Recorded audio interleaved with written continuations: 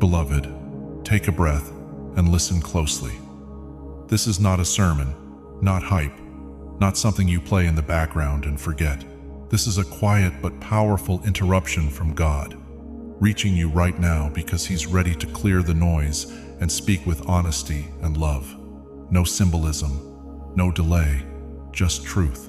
God is reminding you that you were not created to live exhausted by expectations, titles, or endless striving. You were given one true assignment, one calling that everything else in your life is meant to revolve around. If this feels heavy, it's because heaven only speaks this way when timing matters. Many things have been competing for your attention, leaving you busy but misaligned, productive but unfulfilled. And deep down, you already know it. That restlessness you feel isn't weakness, it's a signal. God is not upset with you, but He is intentional. What He placed inside you was never optional, and what He called you to cannot be replaced. This word is personal because it's meant for you, as Scripture says, "For we are God's workmanship, created in Christ Jesus to do good works." Ephesians 2:10. Clarity is coming. So is change. Some doors may close, some voices may fade, not as loss, but as focus. Stay here. Don't scroll away. This moment matters more than you realize. These words are not symbolic. They are not poetic flair. They are a recalibration of your life. This is your only job on earth. When God speaks this clearly, He is not trying to inspire emotion. He is restoring direction. He is pulling your attention away from the noise and returning it to what has always mattered most. This kind of word carries weight because it removes options. It strips away distraction and reveals priority. God is not offering advice. He is calling you back to alignment. Your only job is not a career. Jobs change, titles expire, seasons shift. God has never measured a life by a resume. He measures a life by obedience, by faithfulness, by whether the heart stays aligned with His will. Your only job is not money. Provision matters, but it is not purpose. Money is a tool, never a destination. When it becomes the goal, it leaves the soul empty because it was never designed to carry eternity. Your only job is not recognition, influence, or success as the world defines it. Applause fades. Platforms rise and fall. People's approval is unstable. God does not count your life by how visible you were, but by how faithful you were to what He asked of you when no one was watching. Your only job is to live aligned with God and to carry out the assignment He placed inside you before your life ever began. Before your story had chapters, before mistakes complicated things, before fear shaped your decisions, God planted purpose within you. Alignment is what keeps that purpose alive. The restlessness you feel is not failure. It is not ingratitude. It is not weakness. It is a signal, something eternal inside. You knows you were made for more than routine, more than survival, more than repetition. That quiet discomfort is God calling you back to purpose, reminding you that you were never meant to blend in or shrink down, but to walk closely with Him and become who you were created to be. Let this truth settle gently, not with pressure, but with clarity. God does not choose people because they are ready. He chooses because He is sovereign. Readiness is not the requirement for calling. Obedience is learned after the call. God does not wait for confidence to appear before He speaks destiny. He shapes those He chooses. He equips those He appoints. He sustains what He assigns. Scripture reminds us, the steps of a good person are ordered by the Lord, and He delights in their way. Psalm 37-23. Notice this. God orders steps, not leaps. Purpose unfolds one obedient step at a time. You do not have to see the entire path. You only need to stay close enough to hear His direction. Your calling came before your confidence. God spoke over you while you were still unsure of yourself. He saw who you would become long before you believed it was possible. Confidence grows after obedience, not before it. Understanding comes while you walk, not before you move. God values movement more than mental certainty. Your purpose also came before your mistakes.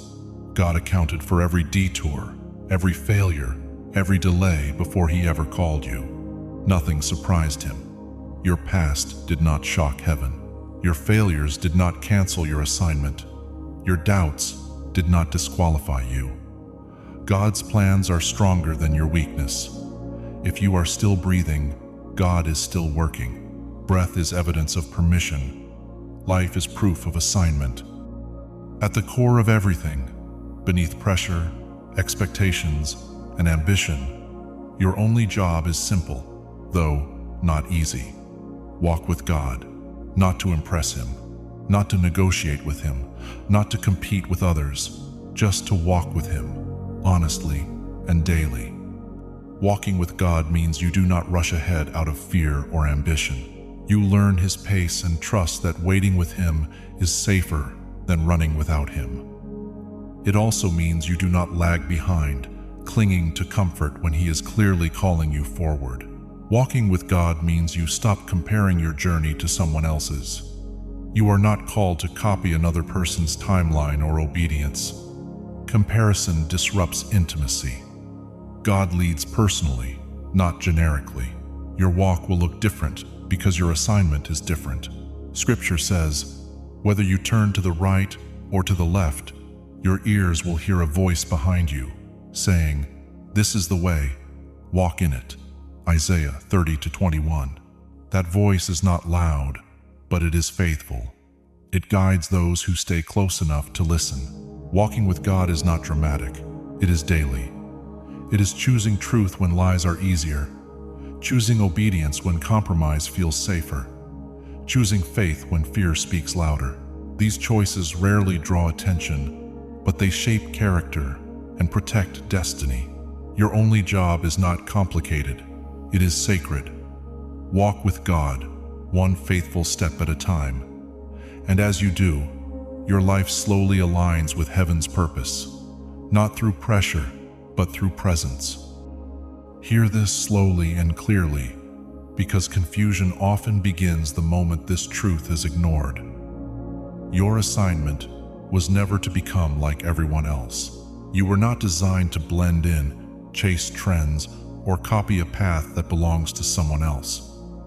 Comparison is one of the quickest ways to abandon your identity, and God did not create you to live as a duplicate.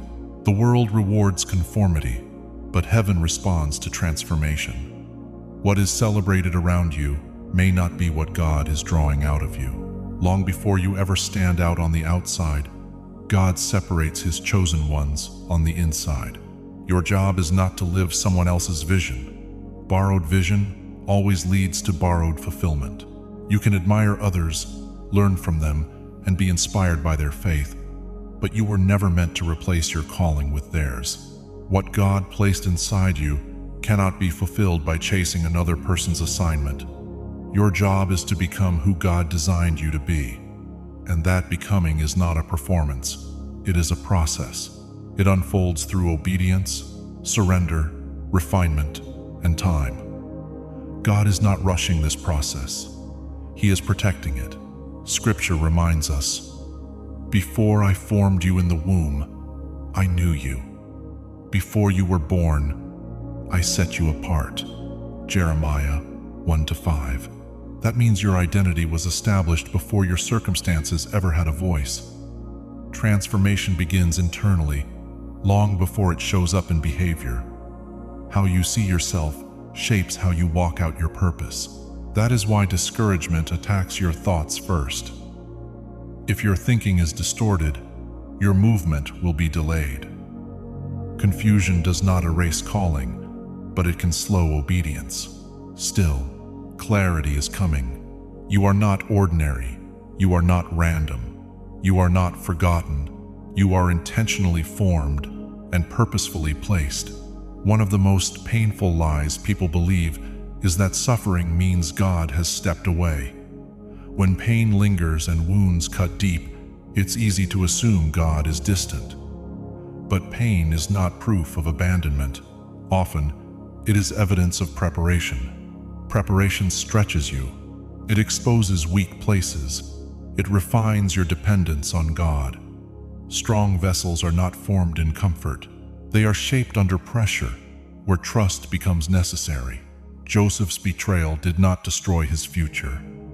It positioned him for responsibility he could not have carried without it. David's wilderness years did not delay his calling. They trained his heart before the crown ever touched his head. Even the cross did not represent failure. It opened the door to resurrection. What looked like loss became victory. Scripture says, "The Lord is close to the brokenhearted and saves those who are crushed in spirit." Psalm 34-18. God does not waste pain. He redeems it. Your job is not to fully understand the pain while you are in it. Understanding often comes later.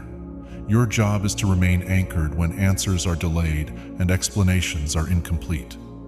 God wastes nothing. Not tears, not waiting seasons, not closed doors. Everything is shaping you for what only you can carry. Even what hurt you is being used to strengthen you. Jesus said, "You are the light of the world," Matthew 5:14. That was not a compliment. It was an assignment. Light does not argue with darkness. It does not negotiate with confusion. It simply shows up and reveals what is real. In the same way, you are not called to convince everyone or confront everything. Your presence alone carries impact. Rooms shift when you enter because you carry something unseen but powerful. Your obedience speaks louder than your words. Your consistency communicates hope even when you say nothing. Light exists for others. You carry peace into chaos. You bring clarity where confusion lingers. God uses your quiet faith and steady walk to illuminate paths for people who feel lost. This is not accidental. You were placed where you are to bring light where it is needed most. Your job is not to fight darkness, but to shine faithfully and without apology. Many people feel exhausted, not because life is hard, but because they are chasing too many things. When focus is divided, strength is drained. Scripture says, "Seek first the kingdom of God and His righteousness, and all these things will be added to you." Matthew 6:33. Alignment simplifies life. When God becomes the focus, everything else finds its place. Direction becomes clearer, peace becomes steadier, purpose becomes lighter to carry. Your job is not to figure out everything. Your job is to stay connected to God. You are not here to survive. You are here to fulfill. You are not here to blend in. You are here to stand firm. You are not here to quit. You are here to finish what God started. As Scripture promises, He who began a good work in you will bring it to completion. Philippians 1-6. Let this settle deep within you. God is not confused about you. He has not changed His mind. He is still calling you forward. Your only job on earth is simple and sacred: to know God, trust God, obey God, and reflect Him. That is the assignment. That is the purpose. And the same God who called you will give you everything you need to finish strong. Thank you for remaining in this moment and not rushing past it. If something in these words quietly settled your heart or brought clarity where there was confusion, take a breath and type "Amen" in the comments as a gentle agreement with what God is restoring within you. And if you sense someone else is walking through a season of alignment, identity, or quiet preparation, share this with them. It may be the reassurance their spirit has been waiting for. Remember to subscribe so we can continue this journey together, without pressure, without noise, just truth and presence. You are not behind. You are not lost. You are exactly where God can meet you.